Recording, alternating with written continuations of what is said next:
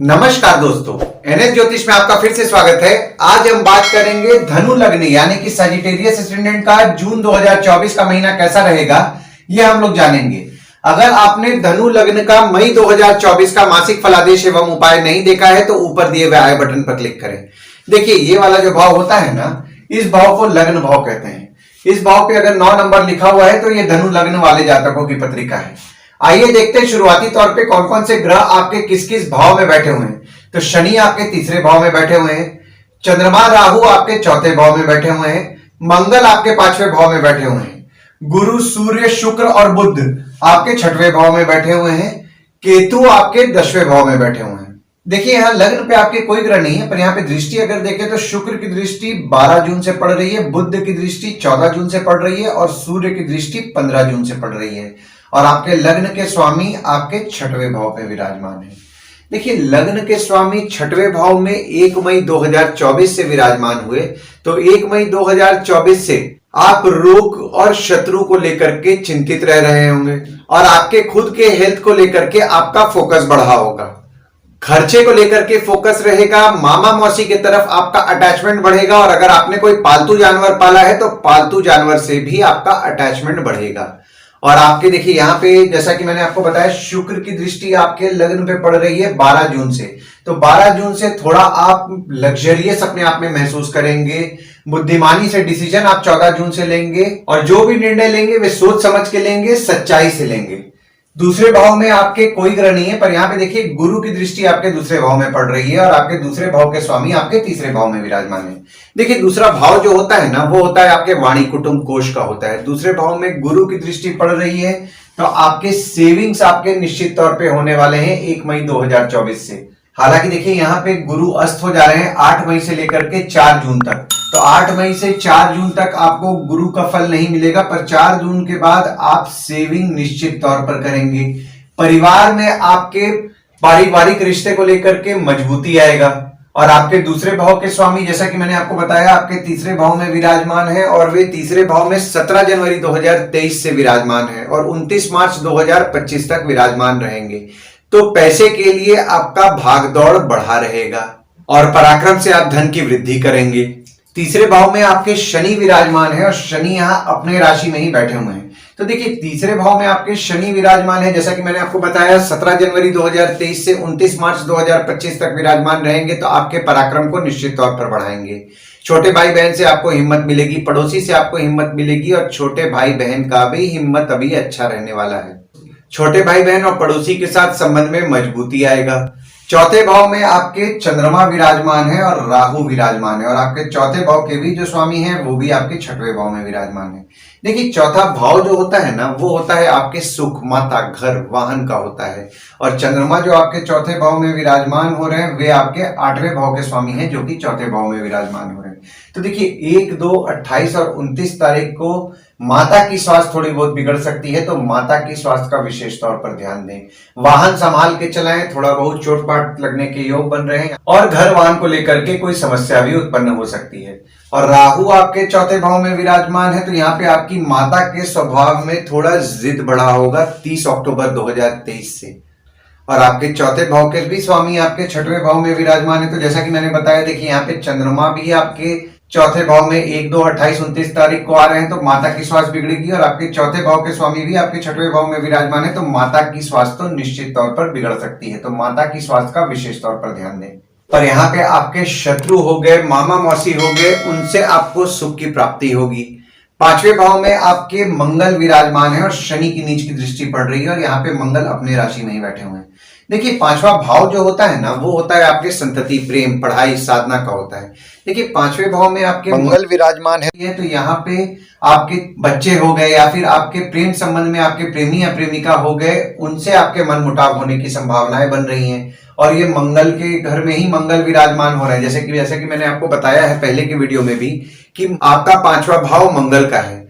Generally आप ये notice किए होंगे कि आपके प्रेमी प्रेमिका हो गए, बच्चे हो गए, वे स्वभाव में थोड़ा क्रोधित रहते हैं, यानी कि उनको गुस्सा ज्यादा आता है। और अब मंगल भी आपके 5वें भाव में विराजमान हो रहे हैं, एग्रेसिव नेचर उनका ऑलरेडी है, यहाँ पे एग्रेशन बढ़ेगा और शनि भी दृष्टि डाल रहे हैं, तो विवाद के योग बन रहे हैं, तो विवाद से आपको बचना है।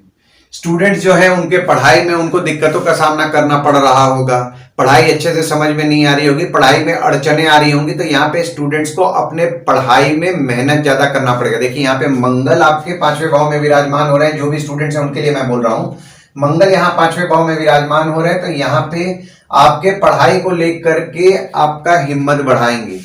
तो आप आपके हिम्मत को बढ़ाइए और पढ़ाई कीजिए, पढ़ाई पे फोकस कीजिएगा तो आपको रिजल्ट मिलेगा। हालांकि देखिए शनि की दृष्टि पड़ रही है तो पढ़ाई में कुछ ना कुछ समस्याएं उत्पन्न होती रहेंगी, पर आपको हिम्मत नहीं हारना है, मेहनत करते जाना है तो आपको रिजल्ट मिलेगा। क्योंकि देखिए शनिदेव जब आपके दृष्टि डालते हैं ना तो कोई भी चीज में विलंब क्रिएट करते हैं, यानी कि विलंब कराएंगे तो पढ़ाई जब आप करेंगे तो पढ़ाई समझ में नहीं आएगा, पढ़ाई से मन हटेगा। तो आपको पढ़ाई से मन नहीं हटाना है, पढ़ाई पे अपने ज्यादा ध्यान दे करके और मेहनत करके आपको पढ़ाई करना है। 6वें भाव में आपके गुरु विराजमान है, सूर्य 14 दिन के लिए विराजमान है, शुक्र 11 दिन के लिए विराजमान है और बुध 28 दिन के लिए विराजमान है। और शुक्र यहाँ अपने राशि में ही बैठ करके विपरीत राजयोग का निर्माण कर रहे हैं। देखिए 6वां भाव जो होता है ना वो होता है आपके रोग, ऋण, शत्रु, मामा मौसी का होता है। तो जैसा कि मैंने आपको बताया मामा मौसी से आपको सुख की प्राप्ति होगी, पर मतभेद होने की संभावनाएं बन रही है, तो मतभेद होने से बचें। हालांकि देखिए गुरु यहाँ पे आपके 6वें भाव में बैठेंगे तो यहाँ पे आपके रोग को लेकर के कुछ ना कुछ समस्याएं उत्पन्न करेंगे। तो जो भी लोग वॉकिंग नहीं करते हैं वॉकिंग करें, क्योंकि यहाँ पे diabetes, sugar, kidney stone, jaundice जैसी समस्याएं उत्पन्न कर सकते हैं। तो यहाँ पे आपको विशेष तौर पर इस चीज का ध्यान देना है, वॉकिंग रेगुलर बेसिस पे कीजिए। और आपके शत्रु भी बढ़ने वाले हैं, देखिए शत्रु भी आपके 1 मई 2024 से बढ़ेंगे, तो यहाँ पे आपको टफ कंपटीशन का सामना करना पड़ेगा। तो कंपटीशन से मत घबराएं, कंपटीशन करें, कंपटीशन करेंगे तो आपको रिजल्ट मिलेगा। और शुक्र आपके 6वें भाव में विराजमान 19 मई से हुए हैं और 11 जून तक विराजमान रहेंगे। तो 11 जून तक तो आपके शुक्र द्वारा विपरीत राजयोग का निर्माण हो रहा है। तो 19 मई से 11 जून तक आपके शत्रु, कॉम्पिटिटर को लेकर के आपका खर्च बढ़ सकता है, मामा मौसी को लेकर के आपका खर्च बढ़ सकता है, कोई कोर्ट कचहरी का अगर मामला चल रहा है तो उस पे भी आपका खर्च बढ़ेगा। पर यहाँ पे देखिए जो खर्च आपका बढ़ेगा ना वो आपको कुछ ना कुछ शुभ फल ही देकर के जाएगा। और सूर्य जो विराजमान है वे आपके 9वें भाव के स्वामी है, जो कि आपके 6वें भाव में विराजमान हो रहे हैं 13 मई से 14 जून तक। तो 9वें भाव के स्वामी आपके 6वें भाव में विराजमान हो रहे हैं, तो आपके शत्रु आपके लिए कहीं ना कहीं लकी साबित होने वाले हैं। हालांकि देखिए यहाँ पे आपके शत्रु बढ़ेंगे पर आपके लकी साबित होंगे, मामा मौसी आपके लिए लकी साबित होंगे। और बुध जो विराजमान हो रहे हैं वे आपके 7वें भाव के स्वामी हैं और आपके 10वें भाव के स्वामी हैं, जो कि आपके 6वें भाव में विराजमान हो रहे हैं। तो देखिए 7वें भाव का स्वामी 6वें भाव में विराजमान हो रहा है 31 मई से 13 जून तक। तो आपके स्पाउस या कॉम्पिटिटर जो होते हैं वे भी आपके शत्रु का नाश करने में आपका मदद करेंगे। 7वें भाव में आपके शुक्र विराजमान हो रहे हैं 12 जून से, बुध विराजमान हो रहे हैं 14 जून से और सूर्य विराजमान हो रहे हैं 15 जून से, और बुध यहाँ अपने राशि में ही प्रवेश कर रहे हैं। देखिए 7वां भाव जो होता है वो होता है आपके स्पाउस, भागीदार का होता है। और 7वें भाव में जैसा कि मैंने आपको बताया शुक्र विराजमान हो रहे हैं और शुक्र आपके 6वें भाव के स्वामी हैं और आपके 11वें भाव के भी स्वामी हैं, जो कि आपके 6वें भाव में विराजमान हो रहे हैं। तो अगर आप भागीदारी में काम कर रहे हैं तो भागीदारी से आपके लाभ के योग बन रहे हैं। और बुध 14 जून से 28 जून तक आपके 7वें भाव में विराजमान हो रहे हैं। तो यहाँ पे आपके स्पाउस का सुख आपको अच्छा मिलेगा, आपके भागीदार का सुख आपको अच्छा मिलने वाला है और आप आपके स्पाउस को इंडिपेंडेंस भी देंगे।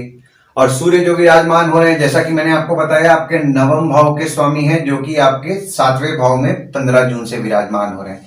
तो 9वें भाव का स्वामी 7वें भाव में विराजमान हो रहे हैं, तो आपकी स्पाउस भी आपके लिए भाग्यशाली रहेगी। अगर आप कोई काम भागीदारी में कर रहे हैं तो भागीदार भी आपके लिए ये जो समय रहेगा ना, खासकर 15 जून से आपके लिए आपका भागीदार भी आपके लिए भाग्यशाली रहेगा। मतलब कि आप कोई काम अगर आपका फंस रहा है तो अगर आपके भागीदार को अगर आप उस काम के लिए भेजेंगे तो आपका लक फैक्टर ज्यादा साथ देगा।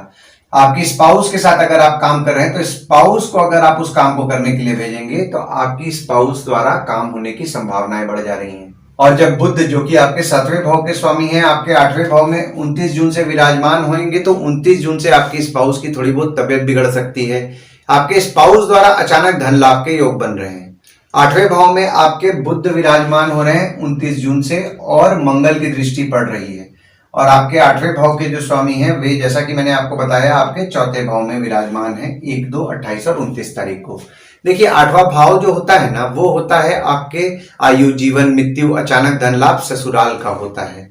तो आठवें भाव में आपके बुध विराजमान हो रहे हैं 29 जून से। तो जैसा कि मैंने आपको अभी बताया, आपकी स्पाउस की थोड़ी बहुत तबियत बिगड़ सकती है, तो स्पाउस का विशेष तौर पर ध्यान दें। और आपके आठवें भाव के स्वामी आपके चौथे भाव में 1, 2, 28, 29 तारीख को विराजमान रहेंगे, तो माता की थोड़ी बहुत स्वास्थ्य बिगड़ सकती है, वाहन से चोटपाट लगने की संभावनाएं बन रही हैं। और जब 9, 10, 11 तारीख को चंद्रमा आपके आठवें भाव में विराजमान होंगे, तो यहाँ पे आपको थोड़ा बहुत चोटपाट लग सकता है। खासकर स्विमिंग पूल हो गया, नदी हो गया, तालाब हो गया, समुंदर हो गया, इन सब जगहों से जाने से बचें 9 से 11 तारीख के बीच में। आपके ससुराल वालों की थोड़ी बहुत तबियत बिगड़ सकती है 9 से 11 तारीख को, और मंगल की दृष्टि भी पड़ रही है। यहाँ पे आपके ससुराल वाले जो होते हैं ना, वे थोड़ा नेचर में एग्रेसिव रहेंगे, तो विवाद के योग बन रहे हैं ससुराल वालों से, तो विवाद से बचे 1 जून से। नवम भाव में आपके शनि की दृष्टि पड़ रही है, और आपके नवम भाव के जो स्वामी हैं, जैसा कि मैंने आपको बताया, आपके छठवें भाव में विराजमान है। देखिए, नवम भाव जो होता है वो होता है आपके भाग्य, धर्म, जीजा, साली, साला, छोटे भाई के स्पाउस का होता है। तो नवम भाव में शनि की दृष्टि पड़ रही है, तो यहाँ पे आपका नसीब आपका कम साथ देगा। हालांकि देखिए, पिछले साल 17 जनवरी 2023 से शनि की दृष्टि पड़ रही थी, पर यहाँ पे आपका लक, जिसको कि आप नसीब बोलते हैं, आपका नसीब आपका कहीं ना कहीं साथ दे रहा था, क्योंकि गुरु की दृष्टि भी पड़ रही थी। पर 1 मई 2024 से गुरु की दृष्टि हटी है, तो उसके बाद से आप नोटिस करेंगे कि लक फैक्टर में आप कमी महसूस कर रहे हैं, यानी कि आपका नसीब आपका कम साथ दे रहा है। आपके छोटे भाई की स्पाउस हो गई, जीजा, साली, साला हो गए, उनसे मन मुटाव होने के योग बन रहे हैं, तो मन मुटाव होने से बचें। दशम भाव में आपके केतु विराजमान है और गुरु की दृष्टि पड़ रही है, और आपके दशम भाव के जो स्वामी हैं वे आपके छठवें भाव में विराजमान है। देखिए, दशम भाव जो होता है वो होता है आपके बॉस, पिता, काम, ऑफिस का होता है। देखिए, केतु आपके दशम भाव में 30 अक्टूबर से विराजमान हुए, तो 30 अक्टूबर से आप ये नोटिस करेंगे काम आपका ठीक ठाक चल रहा है, पर अचानक से आप देखेंगे काम में कुछ ना कुछ अड़चने आ जा रही हैं, रुकावटें आ जा रही हैं। पर 1 मई 2024 से गुरु की दृष्टि पड़ रही है। हालांकि देखिए, जैसा कि मैंने आपको बताया, गुरु 8 मई से 4 जून तक अस्त रहने वाले हैं, तो यहाँ पे गुरु का फल आपको नहीं मिलेगा। पर 4 जून के बाद काम में जो आपके थोड़े बहुत जो अड़चने आ रही थी, बीच बीच में काम चलते चलते रुक जा रहा था, उसमें आपको सुधार देखने मिलेगा।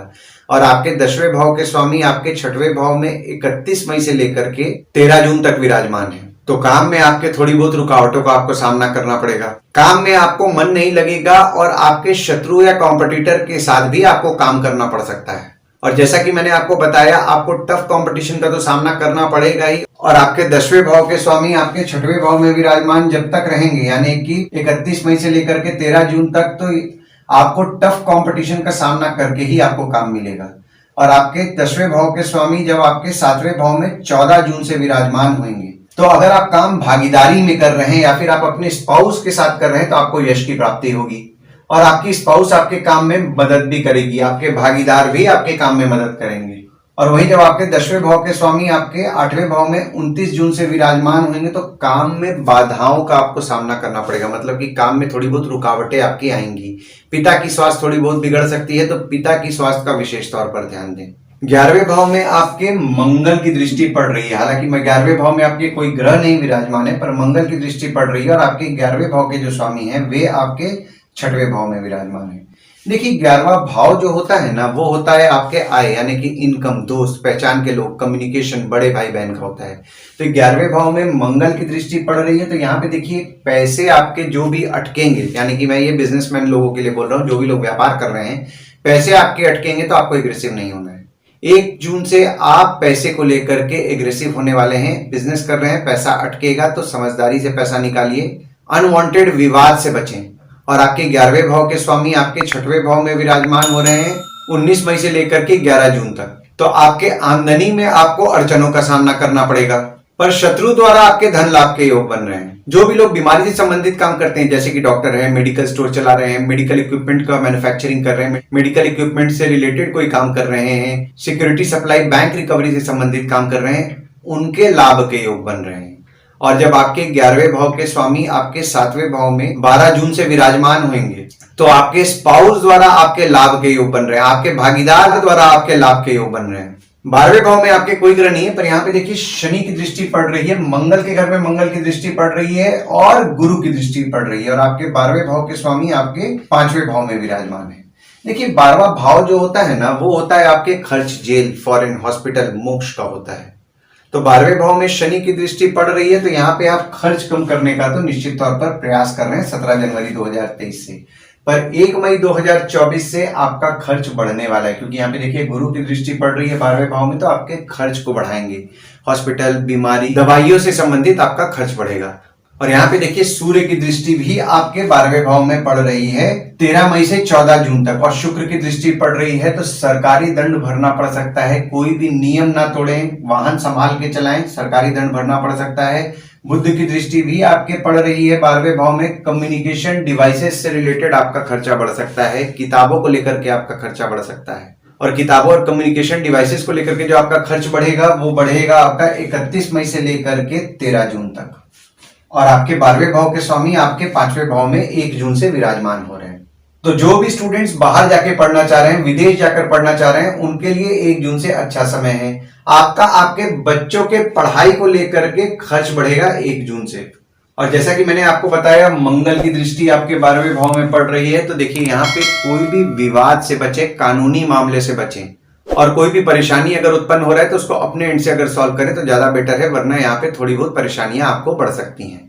आइए गुड डेट्स और बैड डेट्स के बारे में जान लेते हैं। तो गुड डेट्स वो डेट्स हो जाते हैं जिस दिन अगर आप कोई नया काम शुरू करना चाह रहे हैं, कोई कंपनी में आपके एग्रीमेंट हो रहा है, कोई कंपनी में आपके ज्वाइनिंग हो रहा है, या फिर अगर आप कहीं बाहर जाने का भी प्लान कर रहे हैं, तो इस डेट्स को आप कंसिडर कर सकते हैं। तो डेट्स हो जाते हैं 17 तारीख, 18 तारीख, 26 तारीख और 27 तारीख। वहीं बैड डेट्स में अगर आप कहीं बाहर जाने का प्लान कर रहे हैं, कोई कंपनी में आपके एग्रीमेंट हो रहा है, कोई कंपनी में आपके ज्वाइनिंग हो रहा है, या फिर अगर आप कोई नया सामान खरीदना चाह रहे हैं, कोई भी अच्छा काम करना चाह रहे हैं, तो इस डेट्स को आप अवॉइड कीजिए। तो डेट्स हो जाते हैं 5 तारीख, 6 तारीख, 9 से 11 तारीख, 19 से 21 तारीख। इस डेट्स को आप कहीं लिख के रख लीजिए ताकि आपके ध्यान में रहे। और उपाय में आपको सूर्य को जल नियम पूर्वक देना है, और सूर्य को जल देते समय ओम ह्रीम सूर्याय नमः का जाप करते हुए सूर्य को जल दें। कोशिश कीजिए सुबह जल्दी उठे, और उगते सूरज को अगर आप जल देंगे तो आपको ज्यादा फायदा होगा। और शनिदेव को आपको तेल नियम पूर्वक चढ़ाना है, और तेल चढ़ाते समय ओम शं शनिश्चराय नमः का जाप करें। शनिवार के दिन पीपल के पेड़ के नीचे दिया जलाएं और उसकी 7 बार परिक्रमा करेंगे तो आपको अच्छा लाभ होगा। आशा करता हूं इस वीडियो में दी हुई जानकारी आपको पसंद आई होगी। अगर आप हमें YouTube पे देख रहे हैं और ये वीडियो आपको पसंद आया हो तो इस वीडियो को लाइक कीजिए, चैनल को सब्सक्राइब कीजिए और नोटिफिकेशन बेल जरूर दबाइए। और अगर आप हमें Facebook पेज पे देख रहे हैं तो Facebook पेज को लाइक कीजिए और फॉलो कीजिए। धन्यवाद दोस्तों, कल फिर मिलेंगे एक नए वीडियो के साथ।